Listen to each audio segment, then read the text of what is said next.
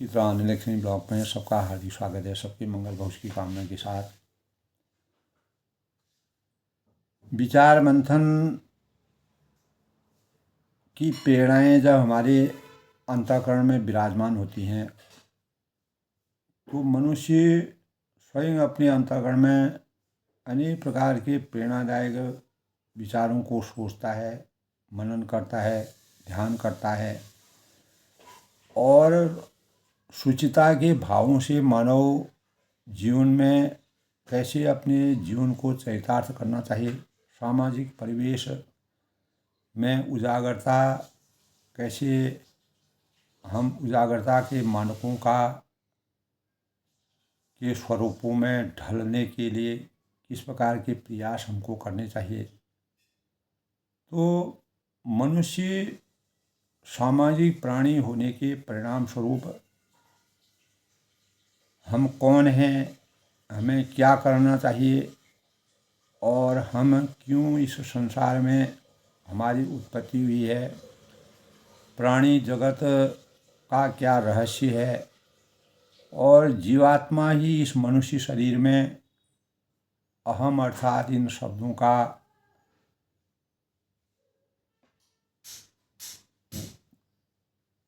के लिए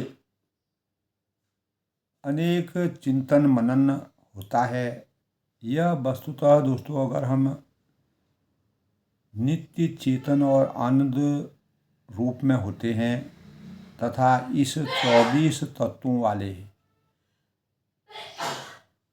जड़ और दृश्य शरीर से अत्यंत विलक्षण है, तो शरीर अनित्य, क्षणभंगुर और नाशवान है, ये सब जानते हैं।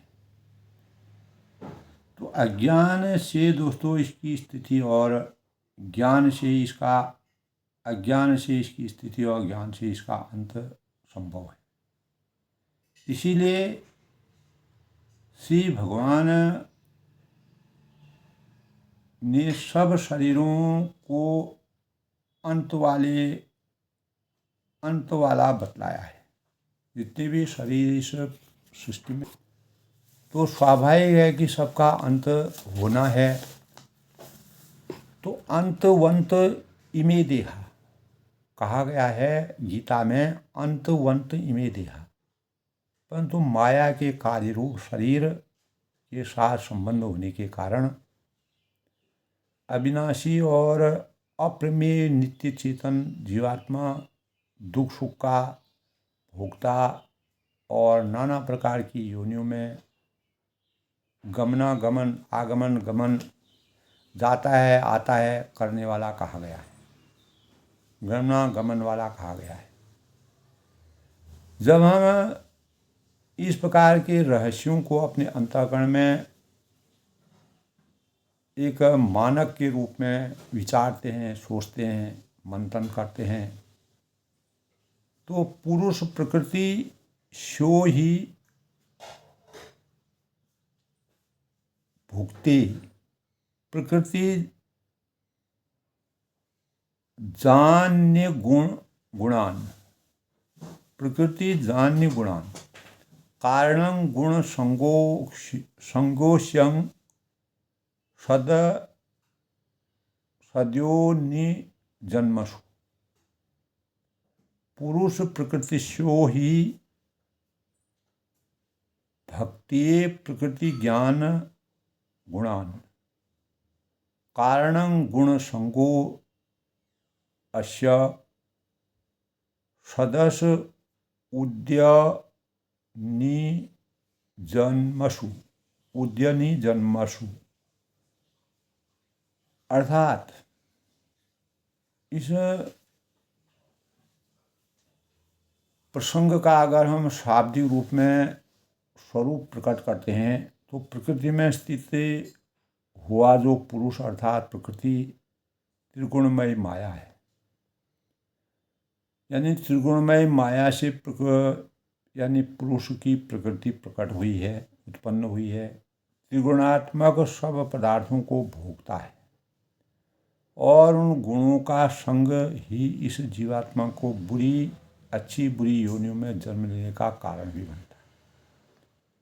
जब हम गीता का सार रूप में अध्ययन करते हैं, मनन करते हैं, चिंतन करते हैं, तब हमारे अंतःकरण में इस प्रकार के विचार का समावेश होता है।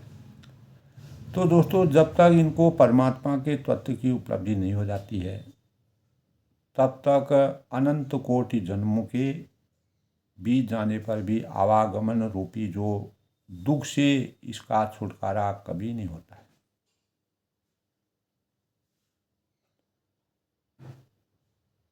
तो ज्ञान के द्वारा इसके अज्ञान का सर्वथा नाश किया जा सकता है। अज्ञान रूपी अंधकार को हम ज्ञान रूपी प्रकार से ही समाप्त कर सकते हैं, और वह पुरुष इस देह के अंदर जीता हुआ ही भी मुक्त है।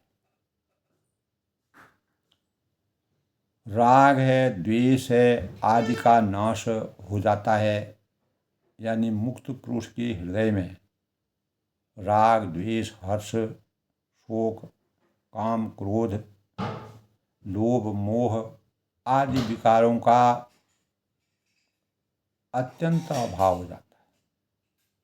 दोस्तों, किसी किसी का कथन यह भी है हमारे शास्त्रों में कि ज्ञान के अनंतर भी ज्ञानी के हृदय में राग, द्वेष, हर्ष, शोक, काम, क्रोध और दुख दुखादि होते हैं।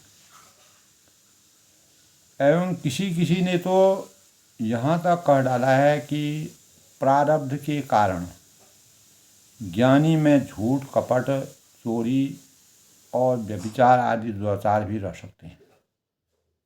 परंतु अगर हम अपना सूक्ष्म अध्ययन से समझकर अगर अपनी समझ के अनुसार इस प्रकार कहना, यानी मुनि प्रवीण जो आदि ग्रंथ एवं युक्तियों से सर्वथा विरुद्ध है, यानी श्रुति स्मृति आदि प्रमाणिक प्राचीन जो ग्रंथों के प्रमाण के विधि वाक्यों द्वारा जीवन उन्मुक्त के अंतःकरण में अर्थात ज्ञानोत्तर काल में ज्ञानोत्तर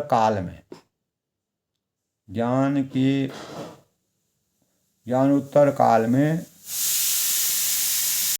जो दुराग्रह होता है, तो ज्ञानोत्तर काल में जो दुराचारों का होना, कुविचारों का होना, किसी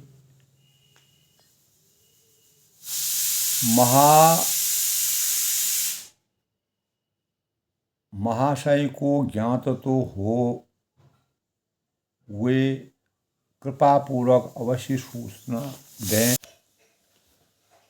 तो उनके विरुद्ध तो श्रुति स्मृतियों में प्रचुर प्रमाण साक्षी मिलते हैं। उनमें से कुछ यहाँ हम उनका वर्णन कर सकते हैं। जैसे हर्ष शोको जध्याति तरति शोकम आत्मवितो, तत्र को मोह कह शोक एकत्व मनुष्यतः, यानी हर्ष है, शोक है, त्याग, हर्ष शोक त्याग देता है, और आत्मज्ञानी शोक से तर जाता है। जब सर्वत्र आत्मा की एकता का निश्चय मानव कर लेता है, तब शोक और मोह कुछ भी नहीं रह जाते, वह हमेशा के लिए समाप्त हो जाते हैं। गीता में एक जगह कहा है दोस्तों, काम क्रोध नियुक्तानां, काम क्रोध नियुक्तानां यतीनां यत चेतसां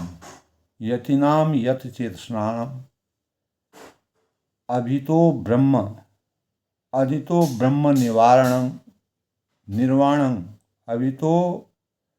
अभितो ब्रह्म निर्वाणं वर्तते विदित आत्मना। वर्तते विदित आत्मना, यानी काम क्रोध वियुक्ता नाम, काम क्रोध से रहित जो जीते हुए चित्त वाले लोग होते हैं, परम ब्रह्म परमात्मा का यतिनांग यत चेतनाम चेतसाम, यानी परम ब्रह्म परमेश्वर का साक्षात्कार किए हुए ज्ञानी पुरुषों के लिए, जो विचारवान लोग होते हैं, शुद्ध आत्मा से सुसज्जित रहते हैं, पुरुषों के लिए सब ओर से शांत और पर ब्रह्म परमात्मा ही प्राप्त है। तो दोस्तों, तो कहा है यो न हस्यति, यो न हृष्यति न देष्टि, न शोचति न काड्यन्ति, जो न कभी हर्षित होता है, प्रसन्न होता है, खुश होता है, न द्वेष करता है, समान, यानी न शोक करता है न कामना करता है, किसी प्रकार की अभीष्ट इच्छा से जो रहित रहता है, बल्कि काम क्रोध आदि तो भगवान के साक्षात नरक के द्वार और आत्मा का आत्मनाशक तक बतलाए गए। गीता में दोस्तों इस प्रकार भगवान श्री कृष्ण ने अर्जुन को जो भी शिक्षाएं दी थी, मुनि व्यास द्वारा रचना करने पर त्याग और योग और तत्व विचार को प्रासंगिक रखते हुए, इससे अत्यंत प्रभाव होने पर भी आत्मा के कल्याण के लिए साधन करने से मुक्ति बताई है। यानी त्रिविधं नरक छेदं, त्रिविधं नरक छेदं द्वारं नाशनम आत्मनः, द्वारं नाशनम आत्मनः, काम क्रोध था लोभस्त स्मा देत त्वयं त्वजेत ऐतर मुक्तम ऐतर विमुक्तम कौन्ते, ऐतर विमुक्तम कौन्ते तमो द्वारे स्ति निर्भिन्नरः, आचारात्या मनः श्रेयस्ततो याति परागतिम, त्रिविधं नरक छेद द्वारे, यानी त्रिविधं नरक छेद द्वारं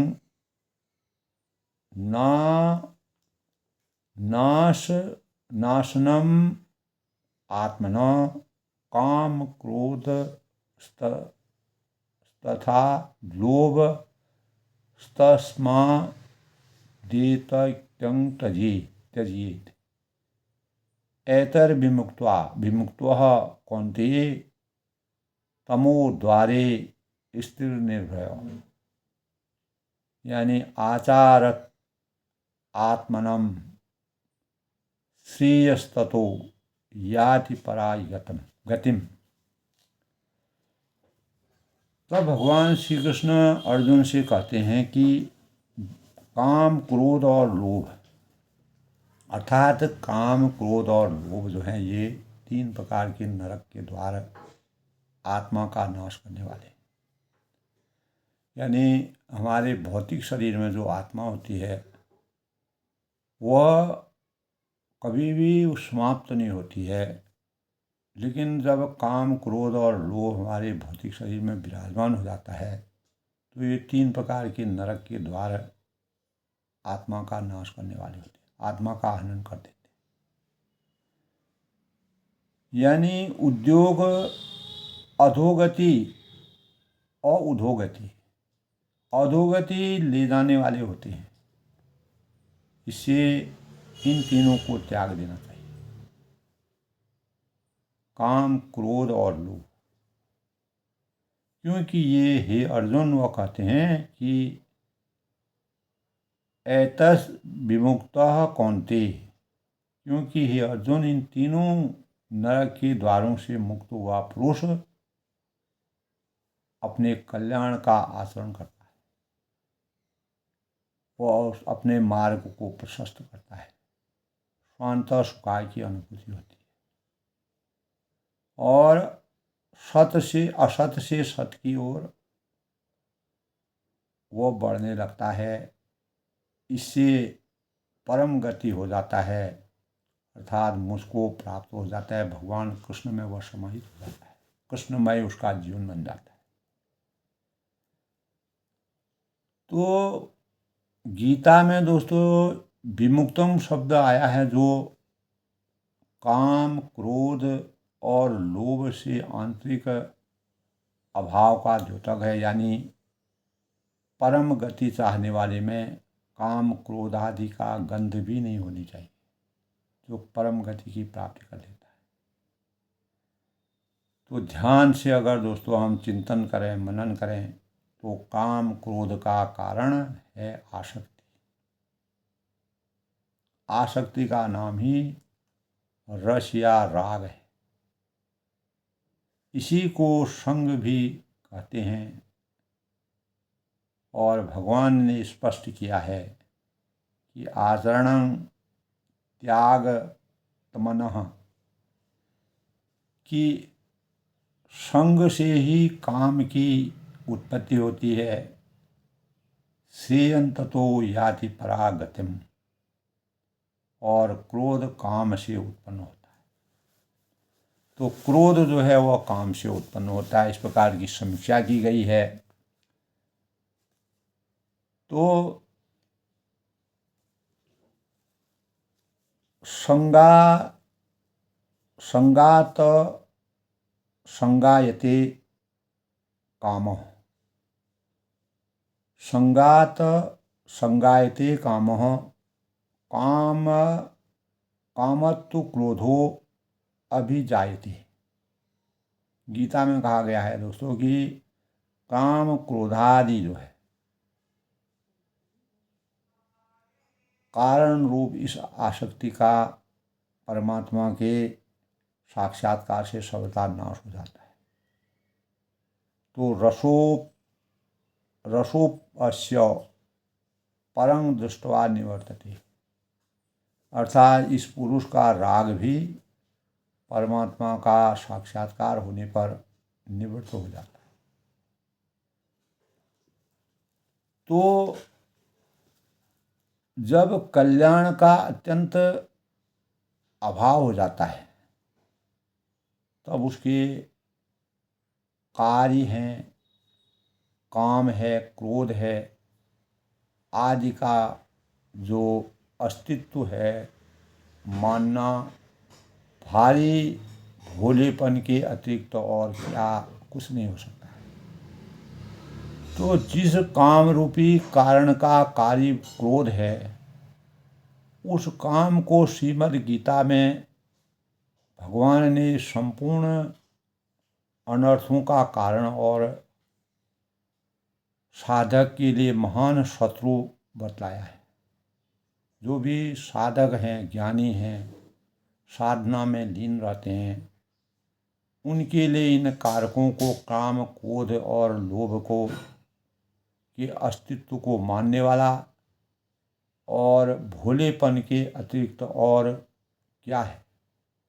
जिस काम रूपी कारण का कार्य क्रोध है, उस काम को भगवद गीता में भगवान ने संपूर्ण अनर्थों का कारण और साधुओं के लिए महान शत्रु बतलाया।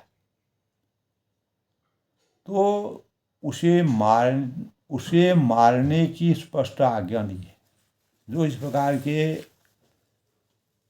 लोग होते हैं, उनको भगवान ने जो है, जब कौरव और पांडवों का युद्ध हुआ था, तो भगवान ने अर्जुन से कहा कि धर्म की रक्षा के लिए, मर्यादा की रक्षा के लिए और अत्याचार, अहंकार को समाप्त करने के लिए पारदर्शिता को प्राप्त करने के लिए किसी प्रकार की भी काम, क्रोध, लोभ, मोह इसको त्यागना पड़ेगा।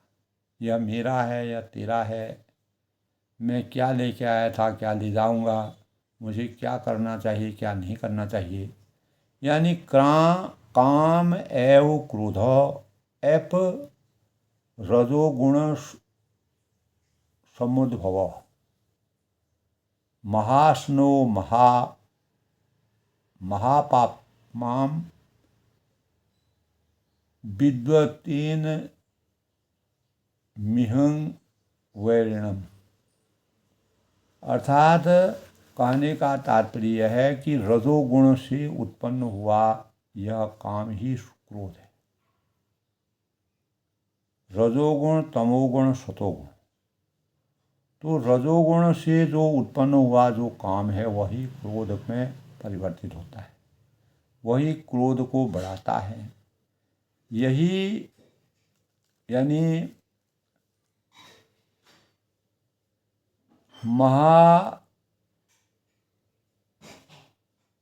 महाबंधन यानी अग्नि के सदृश, अग्नि के समान भोगों से न तृप्त होने वाला और बड़ा पापी कहलाता है, पाप के रूप में अवतीर्ण हो जाता है।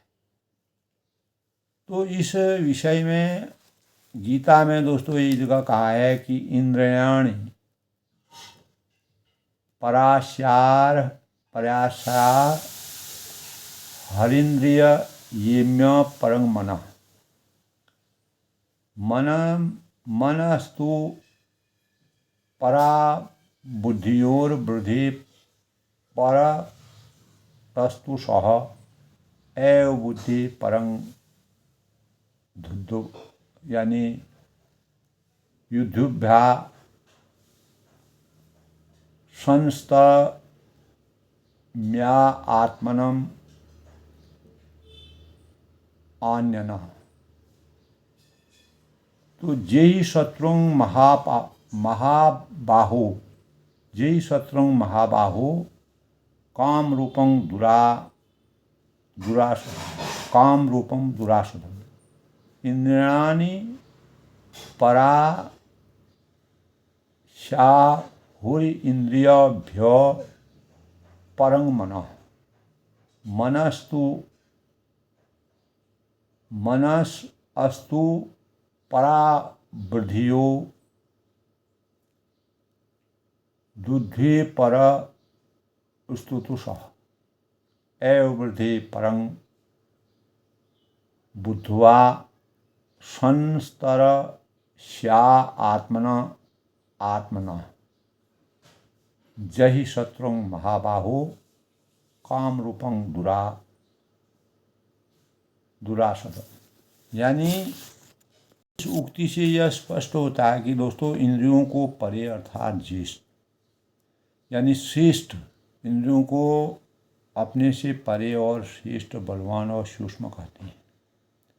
क्योंकि इंद्रियां, ज्ञानेंद्रियां, कर्मेंद्रियां और जनेंद्रियां हमारे शरीर का पूरा संचालन करती हैं और इंद्रियों को परे अर्थात श्रेष्ठ, बलवान और सूक्ष्म कहते हैं। अर्थात इंद्रियों से परे मन है और मन से परे बुद्धि है और बुद्धि से भी अत्यंत परे है आत्मा।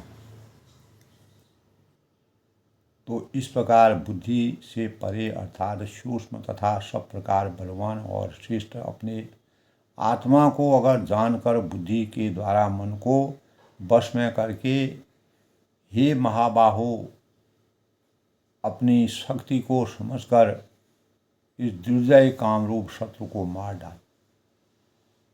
जब ये शत्रु पूर्ण रूप से अपने शरीर से समाप्त हो जाएगा तो हमें अभीष्ट की प्राप्ति हो जाएगी। अस्मिता, राग, द्वेष और भय,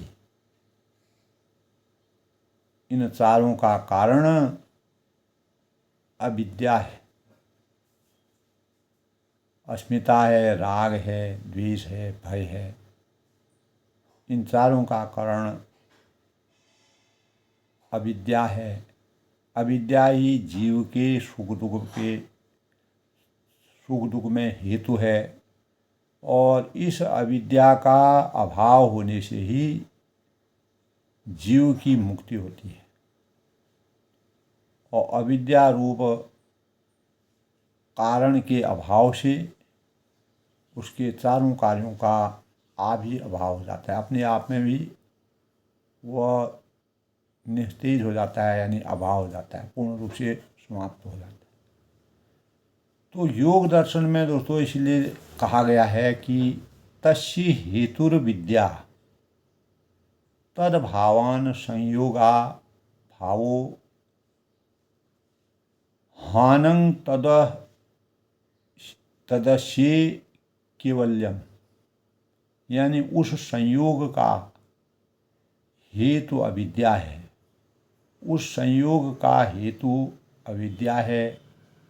तस्य हेतुर्विद्या तद्भावान संयोगा भावो हानं तद दृश्ये कैवल्यम, यानी उस अविद्या के अभाव से संयोग का अभाव हो जाता है, उसका नाम ज्ञान है, और वही दृष्टा की कैवल्य यानी मुक्त अवस्था कहलाती है।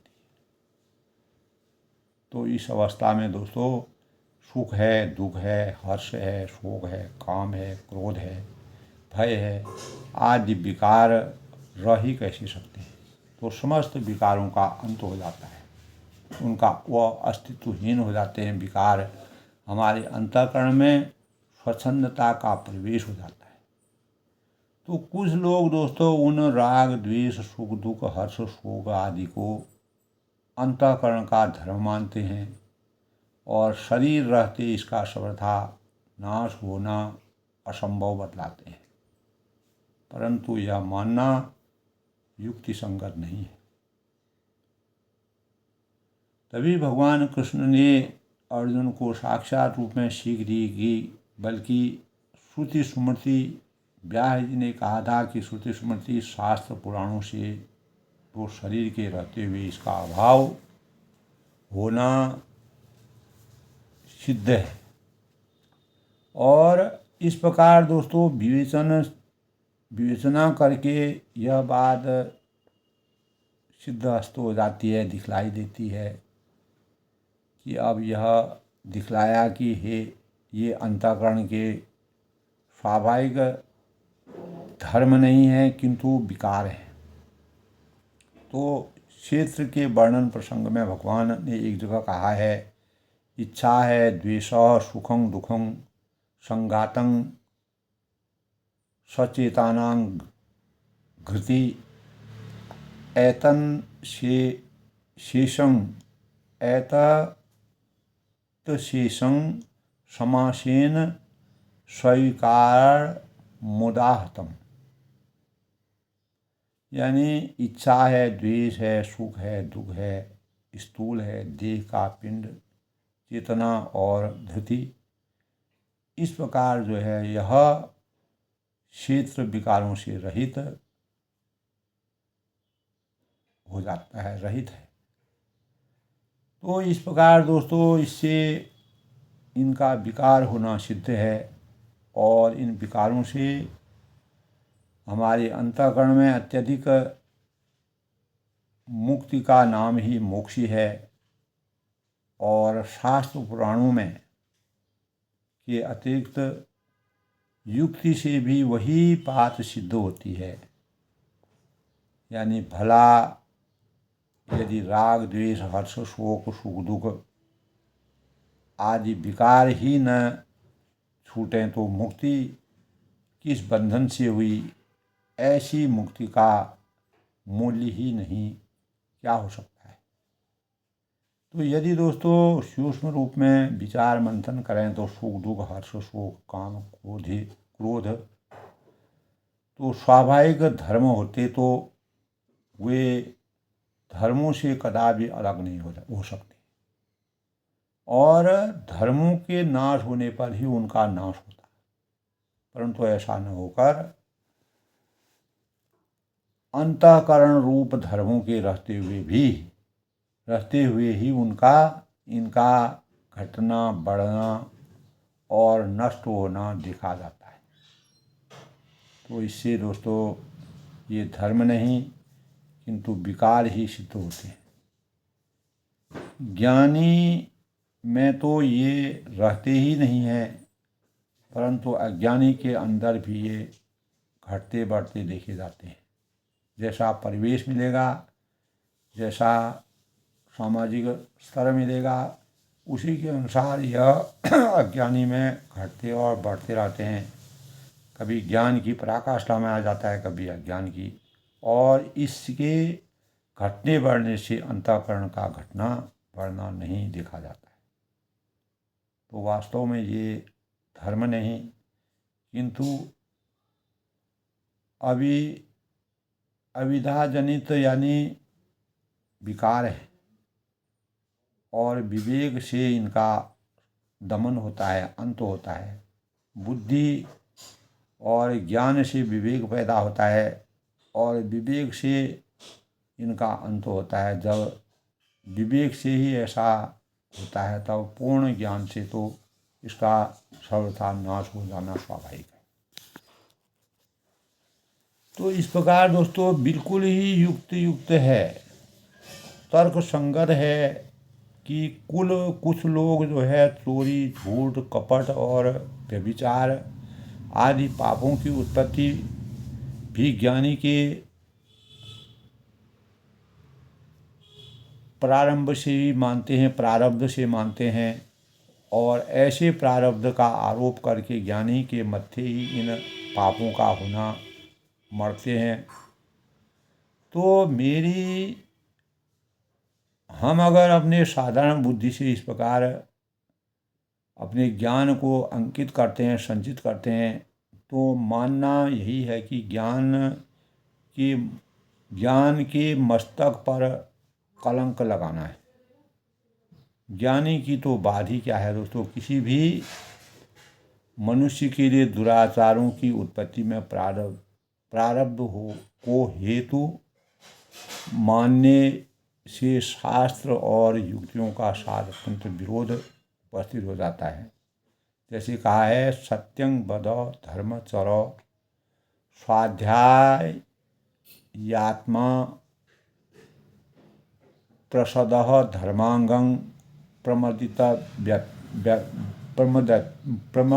प्रमदितव्यम आदि श्रुति से विभिन्न प्रकार के इस प्रकार के सुरा या विवेद आदि निषेध वाक्यों का कोई मूल्य नहीं रह जाता है, और सारे विधि निषेधात्मक शास्त्र सर्वथा व्यर्थ हो जाएंगे। तो झूठ है, कपट है, चोरी, जारी आदि पाप यदि पूर्वव्रत पापों से फलस्वरूप प्रारब्ध हैं, तो फिर इनका कभी नाश होना संभव नहीं, क्योंकि पाप का फल पाप, फिर उस पाप का फल पाप, और इस प्रकार पापों को एक श्रृंखला, पापों की जो श्रृंखला है वह कभी भी टूट ही नहीं सकती है। यानी अनवस्था दोष आ जाएगा, और पापों का होना प्रारब्ध से मान लेने पर उनके लिए किसी को कोई दंड नहीं मिलना चाहिए। यानी काम, क्रोध और पापों के फलस्वरूप दंड का विधान ही युक्त है, युक्त संगत है, और प्रारंभ उसी कर्म का नाम है जो पूर्ववत कर्मों का फल भुगतने वाला हो। तो इस प्रकार संसार में हमारा क्या कर्तव्य है, और नवीन जो काम, क्रोधादि अज्ञान से उत्पन्न विकार ज्ञान न होने तक जीव के अंतःकरण में न्यूनाधि स्वरूप में विराजते रहते हैं, और ज्ञान होते ही इसका समूल नाश हो जाता है।